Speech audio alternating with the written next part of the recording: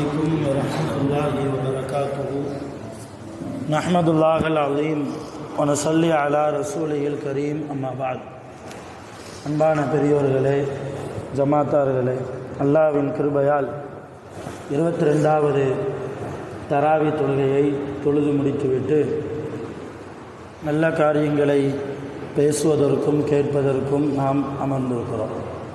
ரப்புல் ஆலமீன் நம்முடைய எல்லா இபாதத்துகளையும் பரிபூர்ணமாக குறையில்லாமல் நிறைவாக கபூல் செய்வானாக. ஆமீன். அருமையானவர்களே, இன்றைக்கு தராவியில் ஓதப்பட்ட ஒரு வசனம், இன்னா ஃபதஹ்னா லக ஃபத்ஹம் முபீனா.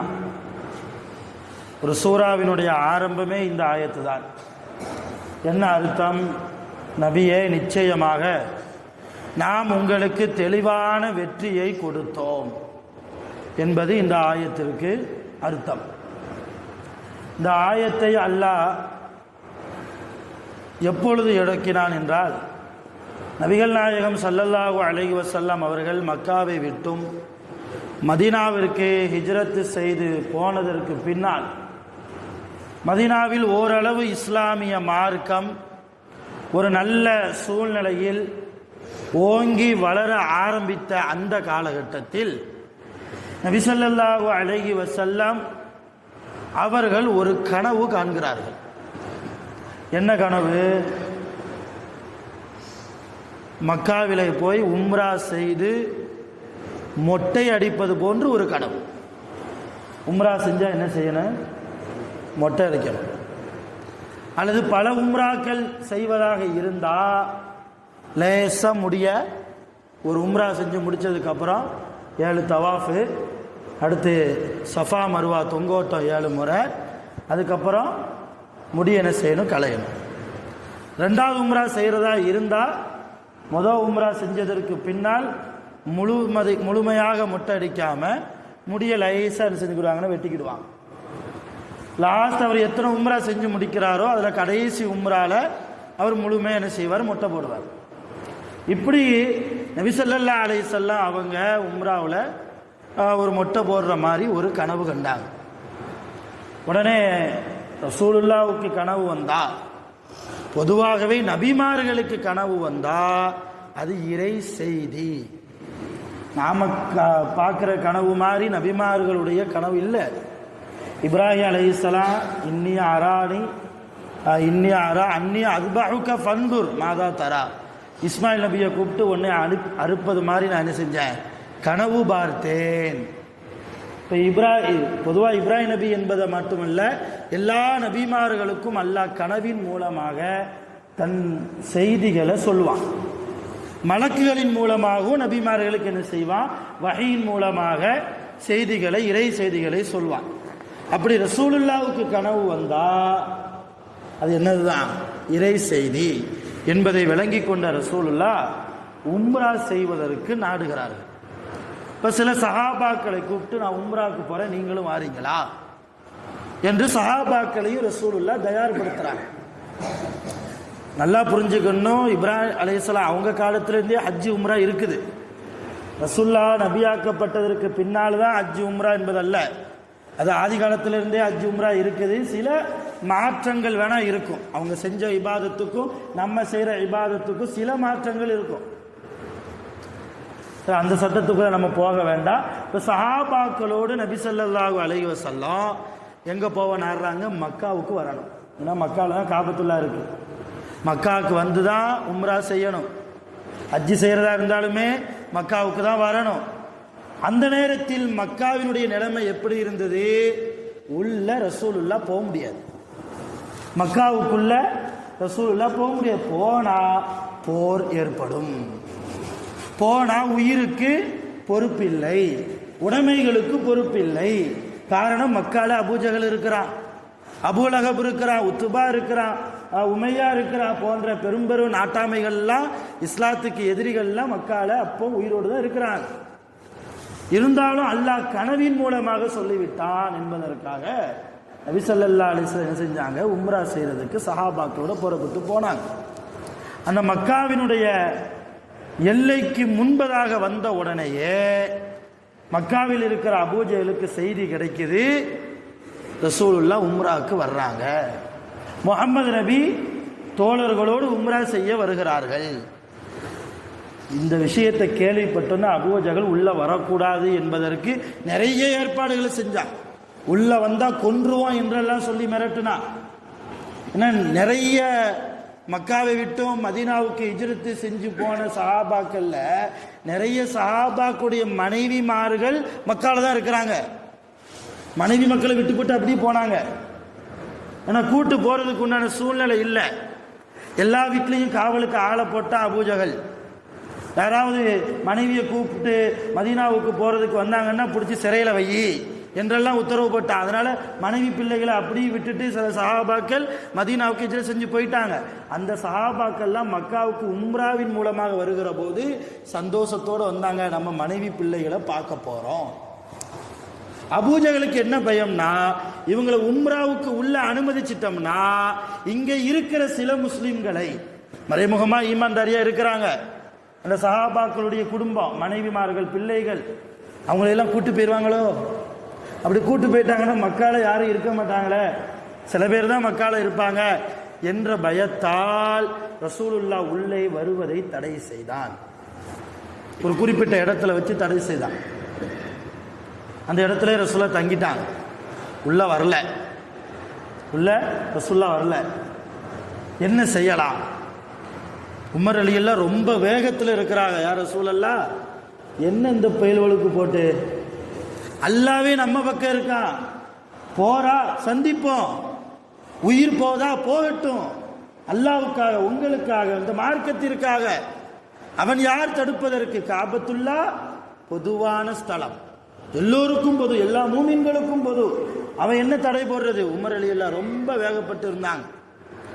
அப்பதான் ரசூலுல்லாஹ் ஒரு சஹாபிய அபூஜஹல்கிட்ட பேசுறதுக்கு அனுப்புனாங்க, சமாதானம் பேசுறதுக்கு, சமாதான பேசுறதுக்கு அனுப்புனாங்க. உஸ்மான் ரலியல்லாஹ், உஸ்மான் ரலியல்லாஹ், உஸ்மான் ரலியல்லாஹ் மேல எதிரிகள் கூட ஒரு கருணை பார்வை வச்சிருந்தாங்க, ஒரு மரியாதை வச்சிருந்தாங்க, ஒரு கண்ணியம் வச்சிருந்தாங்க. அதனால உஸ்மான் போய் பேசுனா ரலியல்லாஹு அன்ஹு, அவங்க போய் பேசுனா சமாதானம் ஆயிரும் என்று சொல்லி ரசூலுல்லாஹி ஸல்லல்லாஹு அலைஹி வஸல்லம் உஸ்மான் ரலியல்லாஹு அனுப்புனாங்க. அவங்களும் போனாங்க, அபூஜஹல்கிட்ட பேசுனாங்க. ஆனா அவன் ஒத்துக்கிறல. அதுக்குள்ளேயும் ஒரு புரளி பரவிருச்சு, எங்க ரசூலுல்லாஹ் காதுக்கு வந்துச்சு. என்ன புரளி?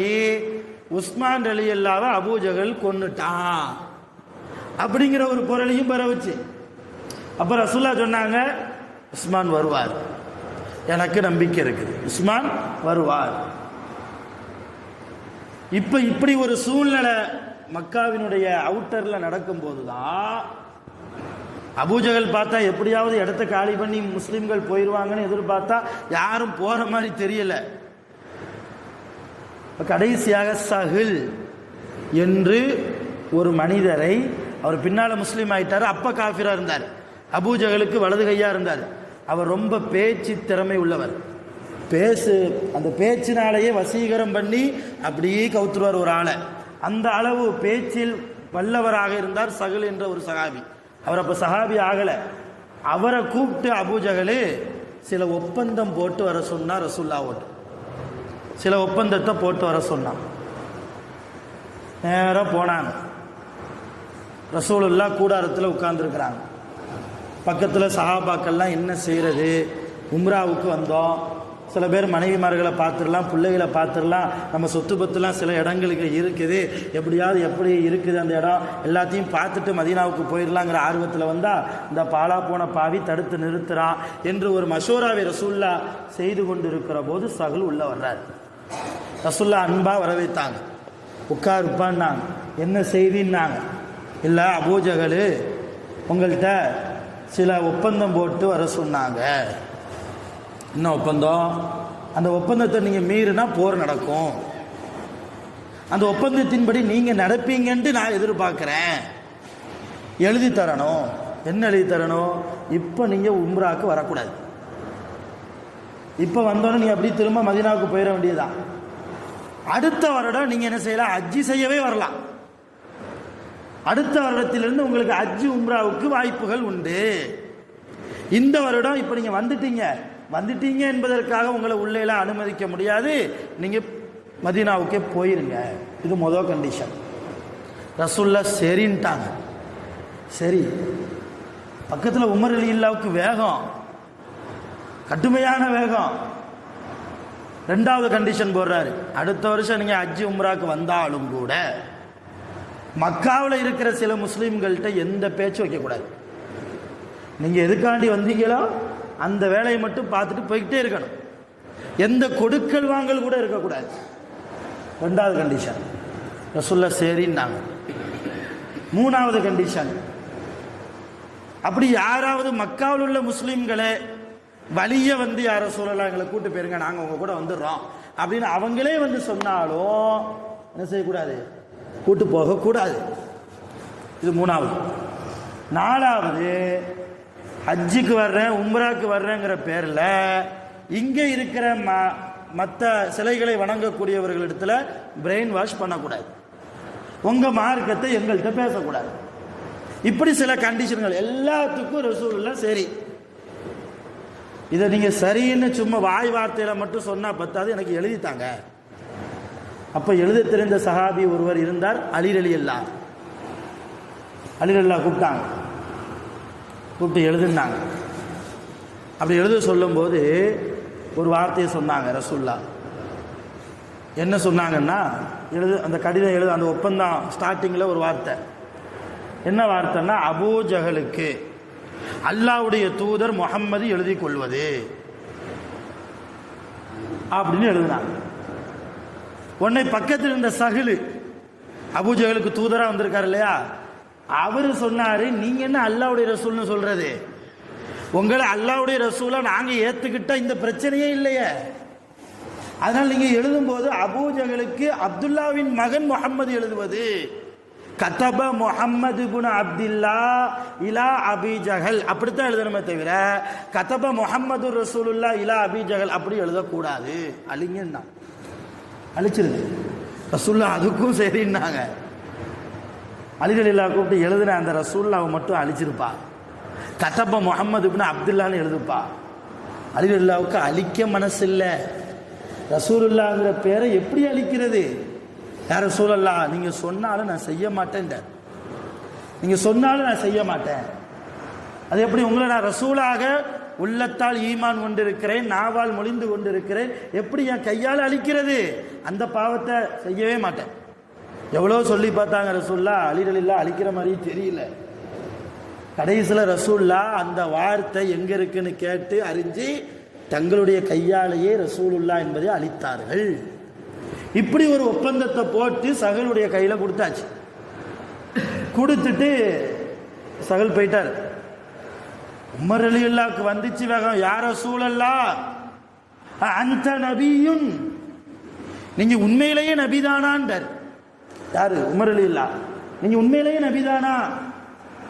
சந்தேகப்பட்டு கேட்கல, கோபம். ஏன் இப்படி அவனுக்கு பாய் விரிச்சு கொடுக்கணும்? எதுக்கு? எந்த வர விதத்தில் நாம் குறைந்து போனோம்? ரசூலுல்லாஹ் சொன்னாங்க, உமரே பொறுமையா இருங்க, இஸ்பீர், சபர் செய்யுங்க, பொறுமையா இருங்க, போவோம், எல்லாரும் மொட்டை போடுங்க, அல்லாஹ் உம்ரா செய்த நன்மையை தருவான். மொட்டை போட்டுருங்க. எந்த சஹாபாக்களும் மொட்டை போடுற மாதிரி தெரியல. ஏன்னா உம்ரா செஞ்சா முடிய களையணும் இல்லையா, முடிய களைஞ்சிருங்க. யாரும் களையிற மாதிரி தெரியல. ரசூலுல்லாஹ் சொல்லி சொல்லி பார்க்குறாங்க, விருப்பமே இல்லை எந்த சஹாபிகளுக்கும். எப்படியாவது காபத்துல்லாவை கண்கூட கண்ணிரம்ப பார்த்துடலாம் என்கிற ஆசையோடு வந்த சஹாபாக்களுக்கு கடைசியில் ஏமாத்தம் தான்.